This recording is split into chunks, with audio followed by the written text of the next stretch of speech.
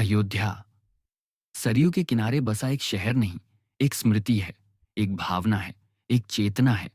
यहाँ सुबह सिर्फ सूरज नहीं निकलता, यहाँ हर सुबह एक नाम जन्म लेता है। राम। हवा में घुला हुआ, घंटियों में गूंजता हुआ, दियों में जलता हुआ, आंखों में बसता हुआ और आत्मा में उतरता हुआ। ये कहानी किसी मंदिर की नहीं है, ये कहानी किसी ढांचे की नहीं है, ये कहानी है सभ्यता की, संस्कृति की, आत्मा की। ये कहानी है आस्था की वो यात्रा जो सदियों चली, चुपचाप चली, टूटी नहीं, झुकी नहीं, बिकी नहीं, मिटी नहीं। ये कहानी शुरू होती है आज से नहीं, कल से भी नहीं।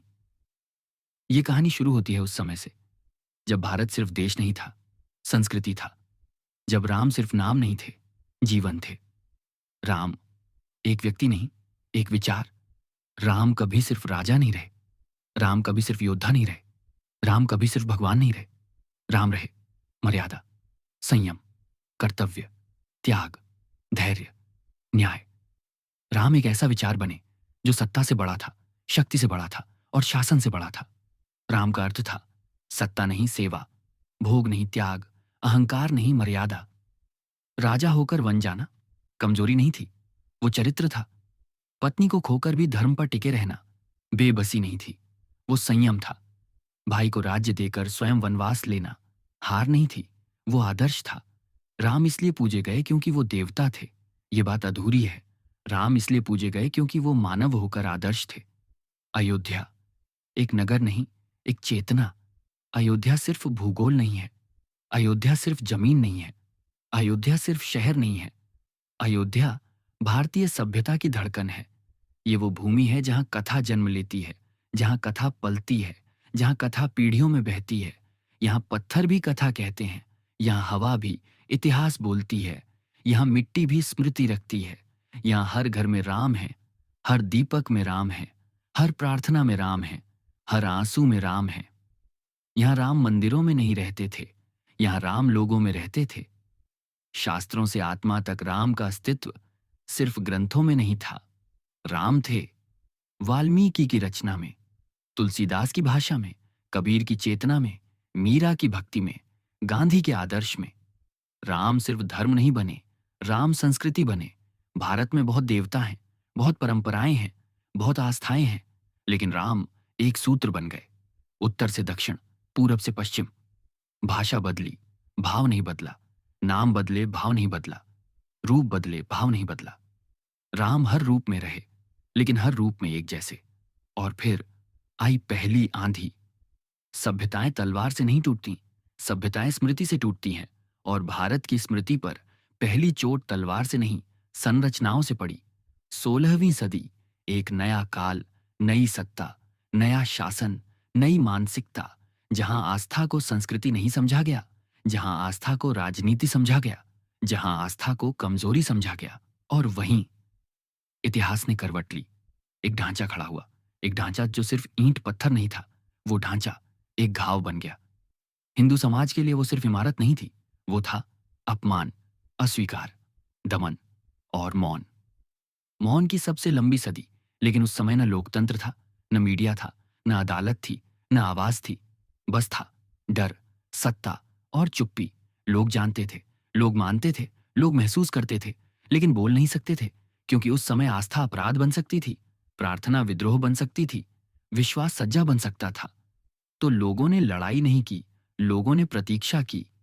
एक पीढ़ी ने दूसरी पीढ़ी को सिर्फ यही दिया, यह भूमि हमारी है, लेकिन समय हमारा नहीं है। प्रतीक्षा का संस्कार, यही भारत की सबसे बड़ी ताकत रही है। धैर्य। भारत जल्दी नहीं टूटता, भारत धीरे धीरे जलता है। भारत विस्फोट नहीं करता, भारत तपता है।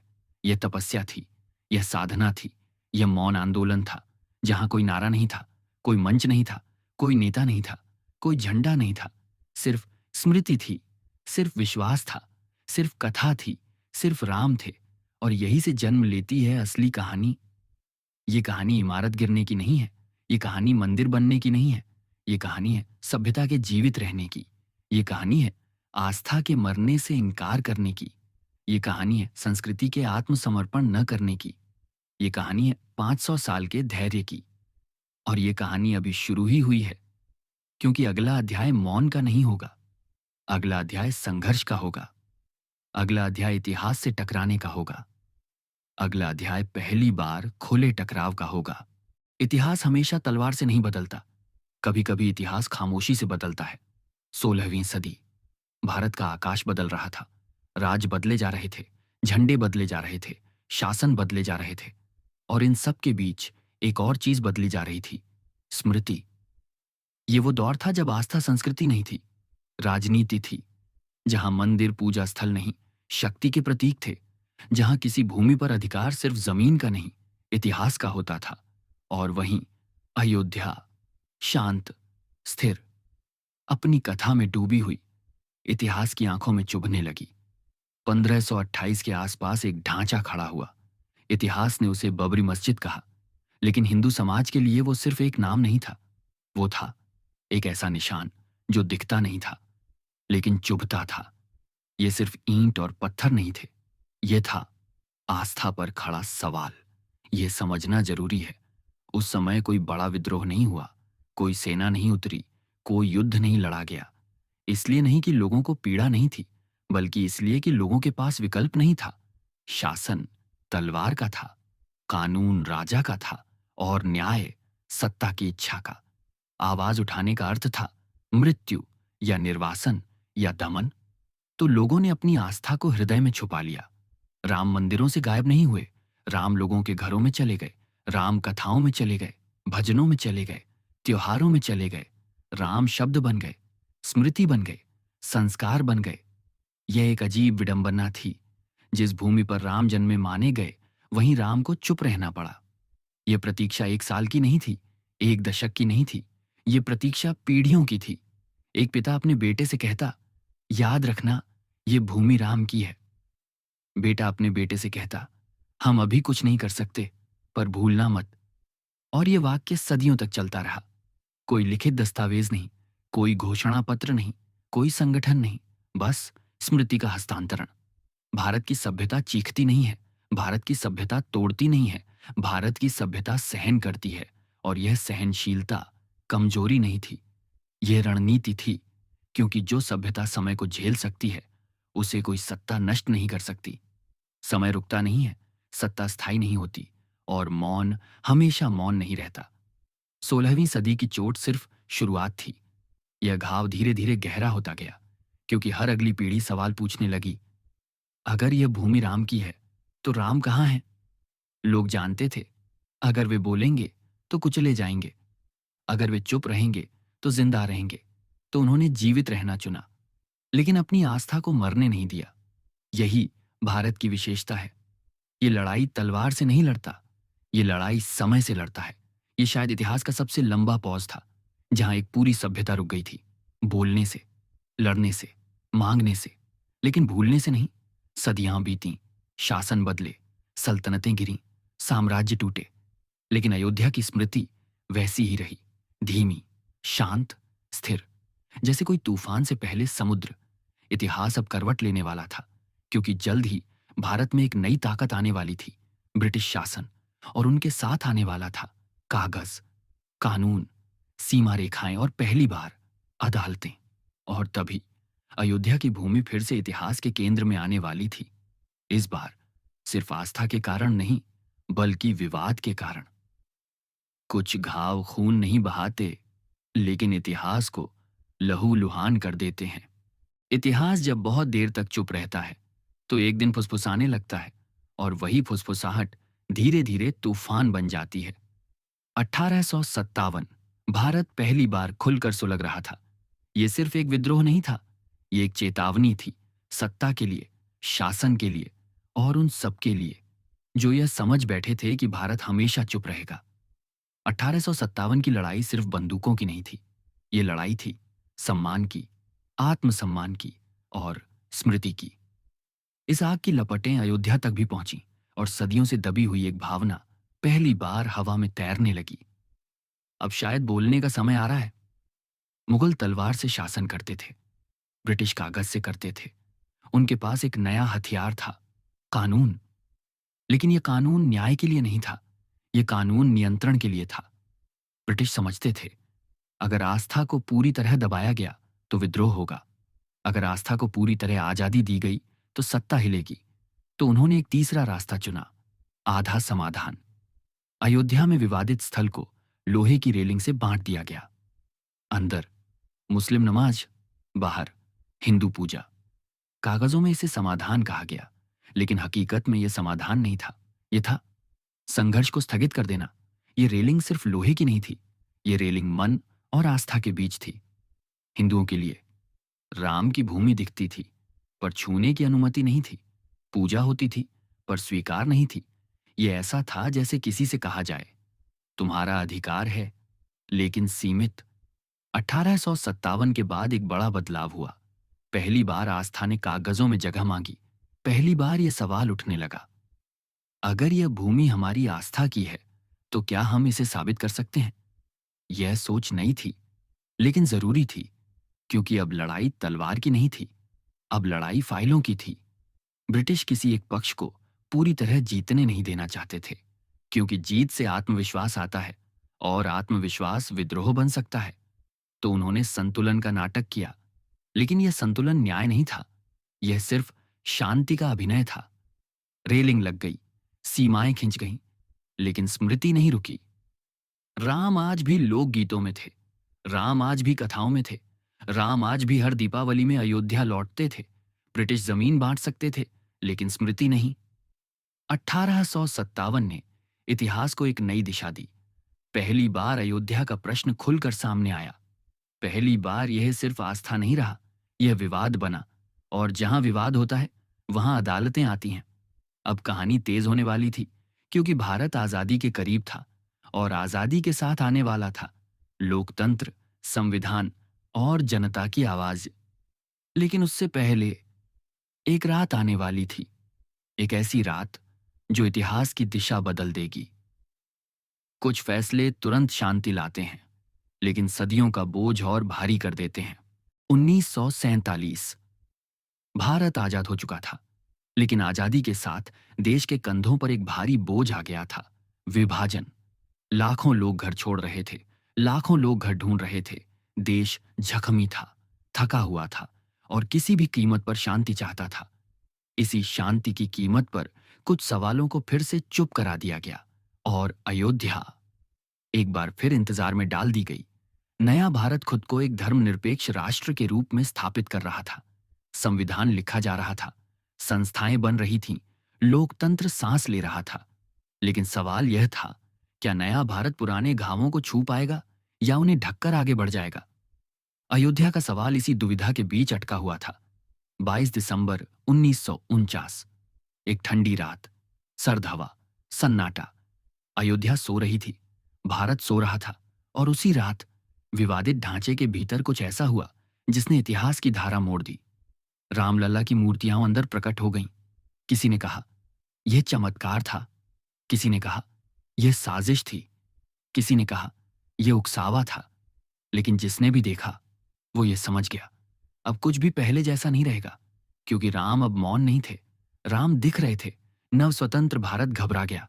एक तरफ आस्था, दूसरी तरफ कानून व्यवस्था, और बीच में राज्य। सरकार के सामने सबसे बड़ा डर था दंगे, क्योंकि देश अभी अभी एक दंगे से निकला था, विभाजन का दंगा। तो प्रशासन ने वो किया जो अक्सर सत्ता करती है, दरवाजे बंद कर दिए, विवादित ढांचे पर ताले लगा दिए गए। न अंदर नमाज, न अंदर पूजा, सब कुछ फ्रीज। कागजों में लिखा गया यह अस्थाई व्यवस्था है, लेकिन अस्थाई भारत में अक्सर स्थायी हो जाता है। पहली बार अयोध्या अदालत पहुंची, फाइलें खुली, दावे दर्ज हुए, प्रतिदावे लिखे गए। यह अब सिर्फ आस्था का प्रश्न नहीं था, यह बन गया कानूनी विवाद। और जैसे ही अदालतें आईं, समय धीमा हो गया। 1950, 1960, 1970, तारीखें बढ़ती रहीं, जज बदलते रहे, सरकारें बदलती रहीं, लेकिन फैसला नहीं आया। एक पूरी पीढ़ी इस केस के साथ बड़ी हुई, बच्चे जवान हुए, जवान बूढ़े हुए, और राम अब भी ताले के पीछे थे। हिंदू समाज के लिए यह अपमान था। हम पूजा तो कर सकते हैं, लेकिन अधिकार नहीं। हम मान तो सकते हैं, लेकिन साबित नहीं। और राज्य के लिए यह सुविधा थी, क्योंकि जो मुद्दा जमा हुआ हो वो फूटता नहीं। ताले लगे रहे, लेकिन भावनाएं उबलती रहीं। ये उबाल नारे में नहीं था, ये उबाल भाषण में नहीं था, ये उबाल घर घर में था। हर रामनवमी पर, हर दीपावली पर, हर कथा पर। 1949 की रात ने एक संकेत दे दिया था। अब राम सिर्फ स्मृति नहीं रहेंगे, अब राम कानून में प्रवेश कर चुके थे। और जब आस्था कानून से टकराती है तो इतिहास लंबा हो जाता है। ताले लगे रहे, लेकिन समय काम करता रहा। भारत बदल रहा था, राजनीति बदल रही थी, समाज बदल रहा था। और जल्द ही अयोध्या का प्रश्न सिर्फ अदालत में नहीं, सड़कों पर उतरने वाला था। कुछ दरवाजे बंद किए जाते हैं शांति के लिए, लेकिन उनके पीछे इतिहास जागता रहता है। 949 के बाद अयोध्या में कुछ भी नहीं बदला, और सब कुछ बदल गया। दरवाजों पर लोहे के ताले थे, लेकिन समय के दरवाजे खुले थे। वर्ष बीतते गए। 1950, 1960, 1970। भारत आगे बढ़ रहा था। नए बांध, नई फैक्ट्रियां, नई योजनाएं, नई उम्मीदें। लेकिन अयोध्या वहीं की वहीं। फाइलें एक मेज से दूसरी मेज पर जाती रहीं। तारीखें एक साल से दूसरे साल में बदलती रहीं। जज बदले, वकील बदले, सरकारें बदलीं, लेकिन मुद्दा नहीं बदला, क्योंकि यह मुद्दा कानूनी कम सभ्यतागत ज्यादा था। रामलला वहां थे, लेकिन पूरी तरह नहीं। पूजा होती थी, लेकिन सीमित। दर्शन होते थे, लेकिन नियंत्रित। ये ऐसा था जैसे किसी से कहा जाए, तुम्हारे देवता यहां हैं, पर तुम्हारे नहीं। इन दशकों में राजनीति जानबूझकर दूर रही, क्योंकि यह विषय आग था। और उस समय भारत को आग नहीं चाहिए थी, भारत को स्थिरता चाहिए थी। तो सत्ता ने चुप रहना चुना। समाज बोल नहीं रहा था, लेकिन महसूस कर रहा था। यह भावना अचानक विस्फोट नहीं थी, ये धीमी आंच थी। हर साल थोड़ी और तेज। एक पूरी पीढ़ी ऐसी थी जो पैदा हुई ताले के साथ, जो बड़ी हुई तारीखों के साथ, जिसने राम को हमेशा अदालत के कागजों में देखा। उनके लिए राम कथा इतिहास नहीं थी, समाचार थी। ये इंतजार कमजोरी नहीं था, ये प्रशिक्षण था। यह समाज सीख रहा था कैसे भावनाओं को संयम में रखा जाए, कैसे गुस्से को संविधान के भीतर बांधा जाए। समय बहुत कुछ सिखाता है, लेकिन समय सब कुछ सहन नहीं करता। 1970 के दशक तक यह साफ होने लगा, यह मामला अपने आप हल नहीं होगा। कथाओं में सवाल आने लगे, भजनों में दर्द घुलने लगा, और पहली बार कुछ आवाजें खुलकर बोलने लगीं। कब तक? यह बदलाव अचानक नहीं था, यह भूमिगत था। संघर्ष अभी मंच पर नहीं था, लेकिन मन में तैयार हो रहा था। 1980 का दशक। भारत आर्थिक और राजनीतिक रूप से बदलने वाला था, और उसी बदलाव के साथ अयोध्या भी बदलने वाली थी। क्योंकि अब आस्था सिर्फ इंतजार नहीं करेगी, अब आस्था खुद को व्यक्त करेगी। सबसे खतरनाक संघर्ष वो नहीं होता जो सड़कों पर दिखे। सबसे खतरनाक संघर्ष वो होता है जो वर्षों मन के भीतर तैयार होता रहे। इतिहास में कुछ मोड़ धीमे आते हैं, और कुछ गर्जना के साथ। 1980 का दशक भारत के लिए ऐसा ही एक मोड़ था। भारत जवान हो रहा था, शहर फैल रहे थे, सपने बदल रहे थे, और राजनीति पहली बार भीड़ को सुनने लगी थी। ये वही भारत था जो अब सिर्फ सहने के लिए तैयार नहीं था, ये वही भारत था जो पूछना चाहता था, हम कब तक? अयोध्या अब सिर्फ एक स्थानीय विवाद नहीं थी, अयोध्या एक प्रतीक बन चुकी थी। पहचान का, सम्मान का, स्मृति का। जो लोग कभी सिर्फ घर में भजन गाते थे, अब सड़कों पर नारे लगाने लगे। यह आंदोलन किसी एक दिन नहीं शुरू हुआ, यह दशकों की दबी हुई ऊर्जा का परिणाम था। ताले, तारीखें, इंतजार, सब कुछ अब नारे में बदल रहा था। यह सिर्फ एक नारा नहीं था, यह एक घोषणा थी कि अब आस्था अपने लिए स्थान मांग रही है। यह नारा गांव गांव पहुंचा, शहर शहर गूंजा। भाषाएं बदलीं, भाव नहीं बदला। लाखों लोग अयोध्या की ओर चल पड़े। कोई नेता नहीं, कोई मंच नहीं, कोई सत्ता नहीं, सिर्फ श्रद्धा और एक लक्ष्य। उन्हें कारसेवक कहा गया, लेकिन वे सिर्फ कार्यकर्ता नहीं थे, वे प्रतीक्षा की संतानें थे। सरकारें डर गईं, इतिहास फिर से फिसल सकता था। दंगे, अराजकता, अस्थिरता, ये शब्द फिर से फाइलों में लिखे जाने लगे, और प्रशासन ने फिर वही किया, नियंत्रण। यात्राएं रोकी गईं, नेतृत्व को रोका गया, अयोध्या को घेर लिया गया। लेकिन भावनाएं घेराबंदी नहीं मानती। एक धारा कहती थी यह न्याय का सवाल है, दूसरी कहती थी यह शांति का खतरा है, और बीच में भारत खड़ा था अपने सबसे कठिन आंतरिक संवाद के साथ। पहली बार यह मुद्दा टीवी स्क्रीन पर था। बहसें, चीखें, आरोप और हर घर में एक सवाल, हम कौन हैं? इस आंदोलन ने ताले नहीं खोले, लेकिन मौन तोड़ दिया। इस आंदोलन ने फैसला नहीं दिलाया, लेकिन दिशा तय कर दी। अब अयोध्या को नजरअंदाज नहीं किया जा सकता था। 1980 से 90 का दशक सिर्फ प्रस्तावना था, क्योंकि आगे एक तारीख आने वाली थी। एक ऐसी तारीख जो इतिहास को हिला देगी। जब आस्था सड़कों पर उतरती है, तो इतिहास घर में नहीं बैठ सकता। कुछ तारीखें कैलेंडर पर नहीं रहती, वे स्मृति में जलती हैं। 6 दिसंबर 1992, एक सुबह जो सामान्य लग रही थी और एक शाम जो सामान्य नहीं रहने वाली थी। अयोध्या में भीड़ थी, नारे थे, चेहरे थे, उम्मीद से भरे और डर से भी। प्रशासन मौजूद था, नेतृत्व मौजूद था, मीडिया मौजूद था। सबको पता था आज कुछ बड़ा हो सकता है, लेकिन कोई नहीं जानता था कितना बड़ा। यह समझना जरूरी है, वह भीड़ एक व्यक्ति नहीं थी, एक संगठन नहीं थी, एक विचारधारा भी नहीं थी। वह भीड़ दशकों की प्रतीक्षा थी। वह भीड़ उन तिथियों की थकान थी जो कभी पूरी नहीं हुई। वह भीड़ उस संयम का अंत थी जो बहुत देर तक खिंच गया था। दोपहर के आसपास कुछ बदला। नारे तेज हुए, कदम तेज हुए, और फिर एक दीवार टूटी। उस पल इतिहास ने सांस रोक ली। जो गिरा वह सिर्फ ईंट और पत्थर नहीं था। जो गिरा वह था एक लंबा, जटिल, अनसुलझा अध्याय। और जो नहीं गिरा वह था विवाद। क्योंकि ढांचा गिर सकता है, पर प्रश्न और गहरे हो जाते हैं। टीवी स्क्रीन पर लाइव दृश्य, घर घर में खामोशी। कोई खुश नहीं था, कोई शांत नहीं था। कुछ ने राहत महसूस की, कुछ ने अपमान, और बहुतों ने डर। इसके बाद जो हुआ वह किसी एक शहर तक सीमित नहीं रहा। दंगे भड़के, जाने गई, विश्वास टूटा। देश ने खुद को आईने में देखा और सवाल पूछा, हम यहां कैसे पहुंचे? आरोप लगे, जांचें बैठीं, भाषण हुए, लेकिन कोई भी शब्द उस दृश्य को मिटा नहीं सका। यह दिन अब भारत के लोकतंत्र के सबसे कठिन प्रश्नों में शामिल हो चुका था। विडंबना देखिए, ढांचा गिरा, लेकिन मुद्दा और बड़ा हो गया।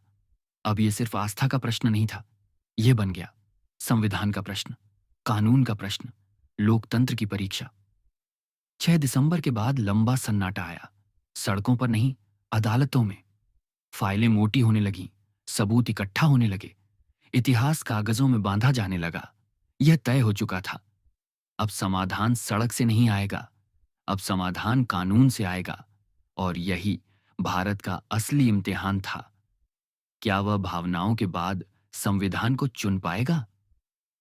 कुछ दिन इतिहास को आगे नहीं बढ़ाते, वे उसे रोककर सोचने पर मजबूर करते हैं। 6 दिसंबर 1992 के बाद भारत कुछ देर के लिए चुप हो गया। यह चुप्पी डर की नहीं थी, यह चुप्पी जिम्मेदारी की थी, क्योंकि अब हर शब्द इतिहास बन सकता था। सड़कें शांत हुईं, नारे थमे, और कहानी एक नई जगह पहुंची, अदालत। ये वही जगह थी जहां आस्था को भावना नहीं, तर्क बनना था, जहां इतिहास को कथा नहीं, सबूत बनना था। सवाल बड़ा नहीं था, सवाल जटिल था। इस भूमि पर पहले क्या था? क्योंकि अगर यह साबित हो जाता तो बहुत कुछ अपने आप स्पष्ट हो जाता। सदियों का इतिहास अब फाइलों में बंद था। पुराने दस्तावेज, यात्रियों के विवरण, मानचित्र, राजस्व रिकॉर्ड। हर पन्ना एक दलील था, और हर दलील एक चुनौती। बहस इतिहास की थी, लेकिन रास्ता विज्ञान से निकला। अदालत के आदेश पर मैदान में उतरी। आर्कियोलॉजिकल सर्वे ऑफ इंडिया कोई नारा नहीं, कोई झंडा नहीं, कोई राजनीति नहीं, सिर्फ खुदाई, मापन और प्रमाण। जब जमीन खोदी जाती है तो वह चुप नहीं रहती। परतें खुलती हैं, ईंटें मिलती हैं, स्तंभों के आधार, नक्काशी के अवशेष। ये कोई फैसला नहीं था, ये संकेत थे। संकेत के ढांचे के नीचे कुछ और था। एएसआई की रिपोर्ट आई, उसमें एक बात साफ थी। ढांचे के नीचे एक विशाल धार्मिक संरचना के अवशेष मिले। रिपोर्ट कहानी नहीं कहती थी, रिपोर्ट निष्कर्ष थोपती नहीं थी। रिपोर्ट सिर्फ जो दिखा वही कहती थी, क्योंकि यह सिर्फ खुदाई नहीं थी, यह व्याख्या का सवाल था। एक पक्ष ने कहा यह प्रमाण है, दूसरे ने कहा यह पर्याप्त नहीं, और अदालत बीच में सब सुन रही थी। यहां भारत का असली इम्तिहान था। क्या वह विज्ञान को सुनेगा? क्या वह इतिहास को समझेगा? और क्या वह आस्था और कानून के बीच संतुलन बना पाएगा? साल गुजरते गए, बहसें चलीं, तर्क रखे गए, जिरह हुई। ये कोई त्वरित न्याय नहीं था, ये था धीमा, संयमित, लोकतांत्रिक न्याय। भारत इस प्रक्रिया में परिपक्व हो रहा था। ये सीख रहा था कि भावनाएं महत्वपूर्ण हैं, लेकिन फैसले संविधान से होते हैं। अब सब कुछ अदालत के सामने था। इतिहास, विज्ञान, आस्था, कानून। बस एक निर्णय बाकी था, और वह निर्णय जल्द नहीं, सही समय पर आने वाला था। जब आस्था सबूत बन जाए तो फैसला शोर नहीं करता, वह इतिहास रचता है। कभी कभी इतिहास चीखता नहीं है, कभी कभी इतिहास धीमी आवाज में फैसला सुनाता है। साल था 2019 और स्थान देश की सबसे ऊंची अदालत, सुप्रीम कोर्ट ऑफ इंडिया। उस सुबह सिर्फ अयोध्या नहीं, पूरा भारत रुका हुआ था। टीवी स्क्रीन चालू थी, रेडियो ऑन थे, मोबाइल हाथों में थे। शोर नहीं था, उत्सव नहीं था, बस इंतजार। अदालत के सामने सिर्फ एक केस नहीं था, अदालत के सामने थे सदियां, स्मृतियां, आस्थाएं, घाव, संघर्ष और धैर्य। यह फैसला किसी एक दिन का नहीं था, यह फैसला पूरे इतिहास का भार उठाए हुए था। न्यायाधीशों के सामने सब कुछ था, इतिहास, विज्ञान, दस्तावेज और इंसानी भावनाएं। लेकिन उनके हाथ में एक ही मार्गदर्शक था, संविधान, क्योंकि लोकतंत्र में यही आखिरी शब्द होता है। फैसला पढ़ा गया, धीरे, स्पष्ट, बिना उत्तेजना। विवादित भूमि हिंदुओं को राम मंदिर निर्माण के लिए, मुस्लिम पक्ष को अलग स्थान पर 5 एकड़ भूमि। कोई जय घोष नहीं, कोई हार जीत का ऐलान नहीं, बस निर्णय। यह जीत नहीं थी, यह समाधान था। यह फैसला किसी एक पक्ष की पूर्ण जीत नहीं था, यह फैसला था संतुलन, आस्था का सम्मान, अधिकारों की रक्षा और कानून की सर्वोच्चता। इस फैसले की सबसे बड़ी खूबी यह थी, इसने अतीत का हिसाब किया लेकिन भविष्य को बंधक नहीं बनाया। इसने कहा, आस्था महत्वपूर्ण है, लेकिन समाधान संविधान के भीतर ही होगा। डर था कि फैसला फिर आग न जला दे, लेकिन देश संयमित रहा। कोई उन्माद नहीं, कोई अराजकता नहीं। यह भारत की परिपक्वता थी। 500 साल की प्रतीक्षा समाप्त नहीं, यह सिर्फ एक अध्याय का अंत था, क्योंकि अब अगला सवाल था, क्या यह फैसला वास्तव में भूमि पर उतर पाएगा? फैसले के बाद अयोध्या फिर से सुर्खियों में आई, लेकिन इस बार संघर्ष के लिए नहीं, निर्माण के लिए। जब संविधान बोलता है तो इतिहास शोर नहीं करता, तारीख नहीं होती, वह आगे बढ़ता है, स्मृति बन जाती हैं। 22 जनवरी 2024, एक ऐसी सुबह जिसका इंतजार सदियों ने किया था। अयोध्या नहीं, भारत जागा था। उस दिन अयोध्या अकेली नहीं जागी, पूरा भारत जागा था। घंटियां सिर्फ मंदिरों में नहीं, घरों में बज रही थीं। दिए सिर्फ गलियों में नहीं, आंखों में जल रहे थे। वो 500 साल जो अपमान में बीते, मौन में बीते, इंतजार में बीते, संघर्ष में बीते, कानून में बीते, सब एक क्षण में सिमट गए जब रामलल्ला अपने भव्य मंदिर में विराजमान हुए। राम मंदिर ये कोई सरकारी समारोह नहीं था, ये कोई राजनीतिक इवेंट नहीं था, ये एक सभ्यता की सांस थी जो लंबे समय बाद खुल कर ली गई। रामलल्ला सालों तक एक अस्थाई टेंट में रहे, जैसे आस्था भी अस्थाई बना दी गई हो। और अब वो पत्थरों के उस मंदिर में थे जो संयम से बना था, कानून से बना था, धैर्य से बना था। यह ध्यान देने योग्य है, उस दिन कोई बदला नहीं था, कोई प्रतिशोध नहीं था, कोई हार जीत का उत्सव नहीं था, बस स्थिर गर्व था। इस पूरी यात्रा में एक पात्र था जो हमेशा शांत रहा, संविधान।